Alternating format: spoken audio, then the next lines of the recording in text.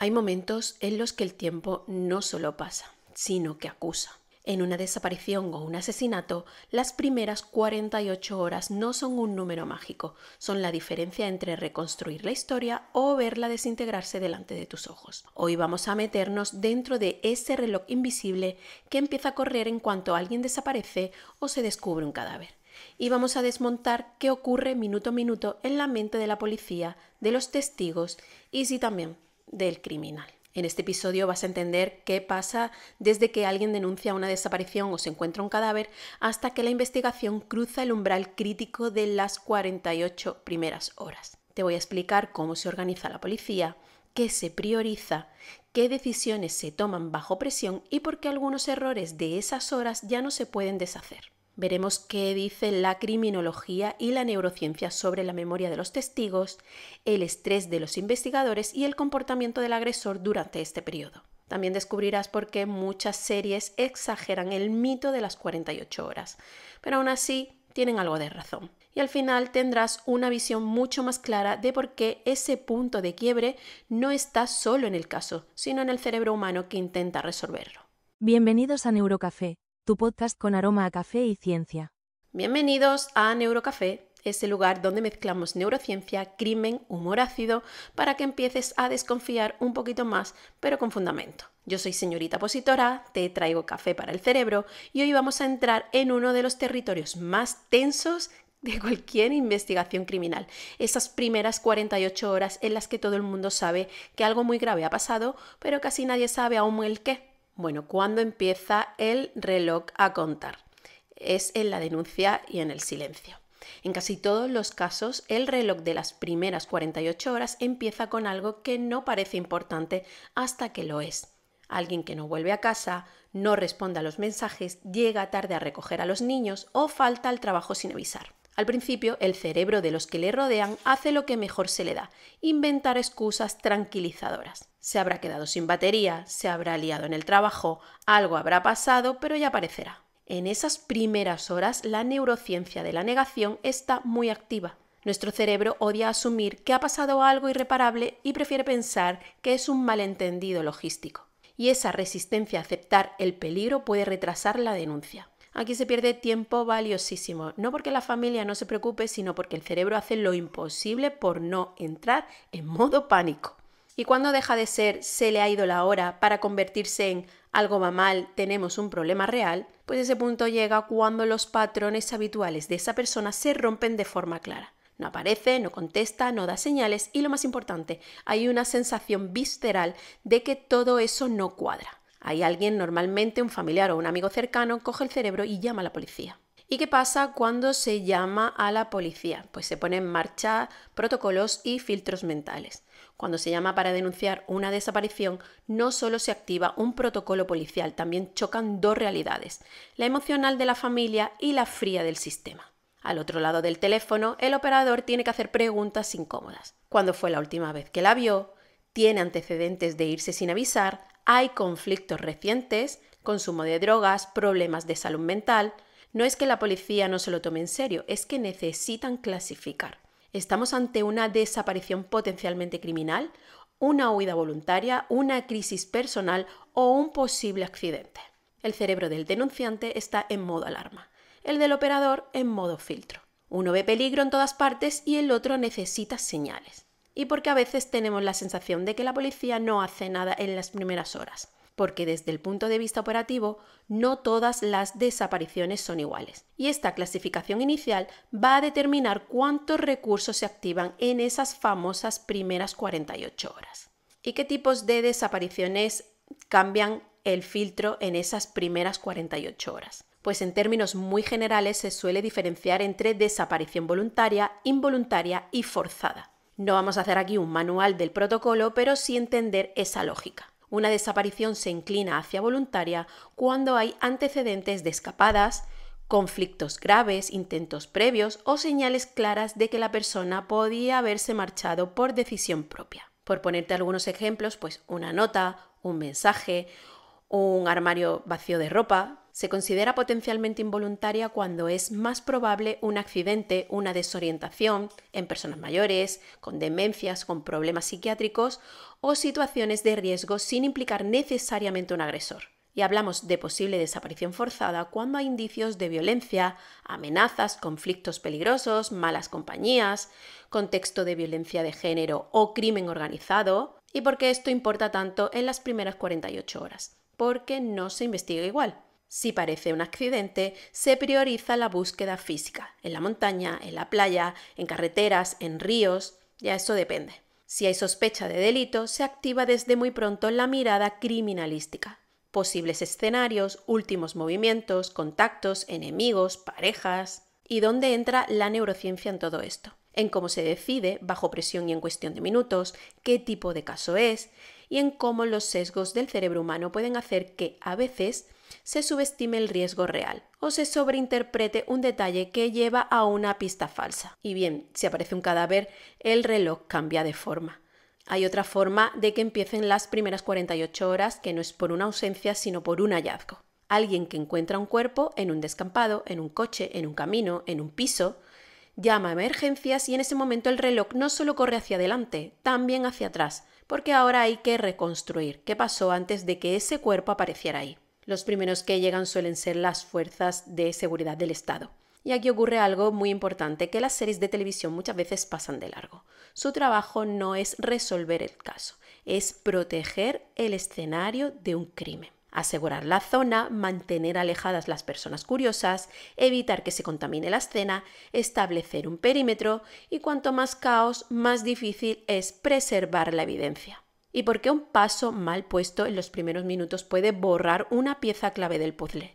Porque todo lo que se hace o se deja de hacer en las primeras 48 horas tiene una traducción directa en la cantidad y calidad de pruebas físicas que se podrán analizar después. Y hay incluso neurociencia en el escenario del crimen, y ahora te explico por qué. Cuando los investigadores especializados llegan a la escena, no ven un cadáver y ya está.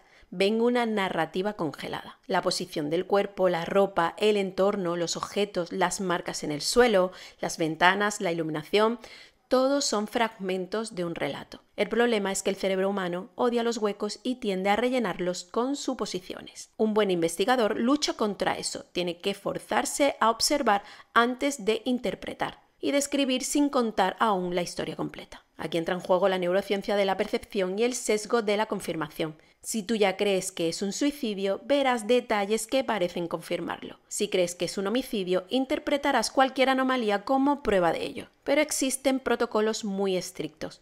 Fotografías desde varios ángulos, vídeos, notas detalladas, croquis. Primero se documenta y después se toca. ¿Y qué pasa con el tiempo biológico del cuerpo? ¿No es eso también parte del reloj de las primeras 48 horas? Exacto, el cuerpo es el reloj silencioso y los forenses están entrenados para leerlo. ¿Y qué nos dice el cuerpo? ¿Qué se puede saber en esas primeras horas? Y sin ponernos muy gores, el cuerpo ofrece pistas sobre cuánto tiempo lleva muerto y a veces sobre dónde ha estado antes. Cambios en la temperatura corporal, el rigor mortis, manchas de sangre por gravedad, que son las livideces, estado de la piel, presencia de insectos, todo se convierte en una especie de cronómetro aproximado. No es una ciencia exacta, pero sí una ventana. Cuanto más reciente es la muerte, más precisión se puede tener. Si el cadáver se encuentra en esas primeras 48 horas, muchas de esas variables están todavía en rangos que permiten estimaciones razonables.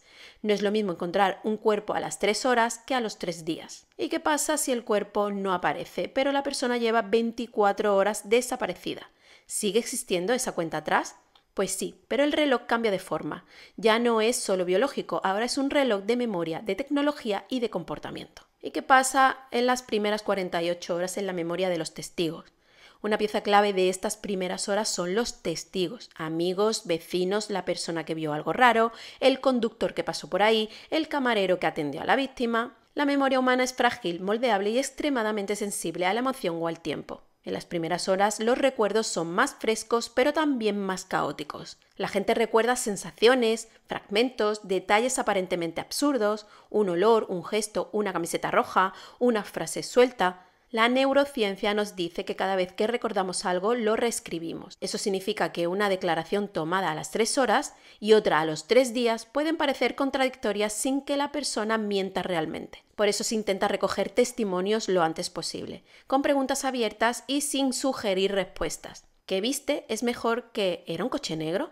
Entonces, porque a veces los testigos recuerdan cosas que nunca pasaron, sobre todo después de salir en las noticias. Porque el cerebro integra la información externa, televisión, redes, lo que dicen los demás, y la pega a sus propios recuerdos. Y en un caso mediático, las primeras 48 horas son también una batalla entre los hechos y la narrativa pública. Y ahora entra en juego la tecnología contra el tiempo, los móviles, las cámaras y los datos. Si el cuerpo no ha aparecido o si se ha localizado pero aún no hay un sospechoso claro, la tecnología se convierte en protagonista de esas primeras 48 horas. Teléfonos móviles, geolocalización aproximada, registro de llamadas, mensajes, cámaras de seguridad, pagos con tarjeta, matrículas de coches, redes sociales, todos son rastros digitales que permiten reconstruir el último recorrido de la víctima. Cuanto antes se revisan cámaras, más probable es que las grabaciones sigan disponibles. Muchas empresas borran o sobreescriben esas imágenes al cabo de pocos días. Lo que no se pide a tiempo se pierde. En el caso de los móviles, cada hora que pasa puede significar que el teléfono se apaga, se destruye o se pierde la señal. Y aún así, a veces los movimientos residuales, es decir, el último punto registrado o el hecho de que haya un silencio absoluto, ya son información. ¿Y qué pasa con el cerebro del propio investigador cuando tiene frente a sí miles de datos, cámaras, informes, testigos y un reloj psicológico que le grita «vas tarde»? Y ahí entra en juego otra capa de la neurociencia, la del estrés y la toma de decisiones bajo presión, como es el cerebro del investigador en esas primeras 48 horas. Hay una imagen muy cinematográfica del investigador frío, calculador, que ve un tablero lleno de fotografías y los une como si fuera un sudoku. La realidad es que hay menos glamour y más cortisol. En un caso grave, las primeras 48 horas implican jornadas largas, falta de sueño, decisiones rápidas, reuniones constantes, jefes que piden resultados y medios de comunicación acechando. El cerebro bajo estrés tiende a estrechar el foco de atención. Se obsesiona con una hipótesis, descarta información que no encaja, se aferra a la primera teoría que tuvo sentido, y eso es peligroso porque puede hacer que se ignoren detalles que después resultan clave. Por eso, en los equipos bien organizados hay roles claros: quién coordina, quién analiza, quién sale al terreno, quién revisa cámaras, quién se centra en el entorno de la víctima. La idea es no depender de un solo cerebro sobresaturado, sino de un sistema en el que alguien pueda decir: nos estamos obsesionando con esto, vamos a abrir otra línea. Y mientras tanto, ¿qué está pasando en el cerebro de la persona que podría estar detrás del crimen? Porque si hay un agresor, sus primeras 48 horas también son cualquier cosa menos tranquilas. Y sin glorificar al criminal, porque aquí no estamos para hacer fanclubs del mal, es importante entender qué ocurre en su psicología en esas primeras 48 horas. En muchos homicidios, sobre todo los que no están extremadamente planificados, las primeras 48 horas del agresor están marcadas por una mezcla de adrenalina, miedo y una obsesión por controlar el daño. Puede intentar limpiar, deshacerse de objetos, crear coartadas, enviar mensajes haciéndose pasar por la víctima e inventar historias para justificar su comportamiento. El problema es que el cerebro en ese estado comete errores. El estrés interfiere con la planificación y la memoria de trabajo. Se olvidan pequeños detalles, se mezclan versiones, se deja un rastro que en frío jamás se habría dejado, y eso explica por qué muchos casos se resuelven por un conjunto de tonterías. Un ticket olvidado, una cámara que no tuviera en cuenta, una huella donde no debería verla, un mensaje enviado a la persona equivocada. Y aquí viene la pregunta clave.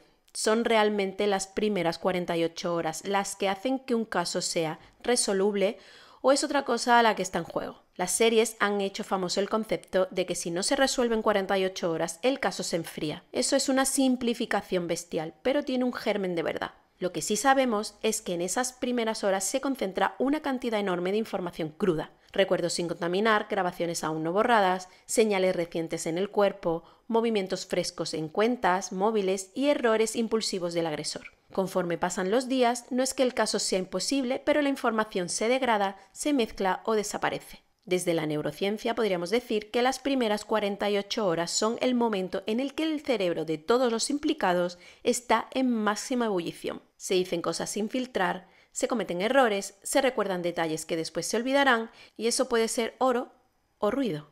Entonces, Si el verdadero enemigo no son las horas, ¿dónde está realmente el punto de quiebre? Y aquí viene el gran plot twist. Y es que el punto de quiebre no son exactamente las primeras 48 horas del caso, sino cómo se usan las primeras 48 horas del cerebro humano. Dos investigaciones pueden tener el mismo tiempo, pero resultados radicalmente distintos. En una, la policía actúa de manera ordenada, recoge información sin contaminar, escucha de verdad a los testigos, revisa rápido la tecnología, cuestiona sus propias hipótesis, y en otra, se pierde el tiempo discutiendo en jurisdicciones, se subestima la denuncia, se contamina la escena y se esperará semanas antes de mirar las cámaras de la calle. Mismo reloj, uso completamente diferente.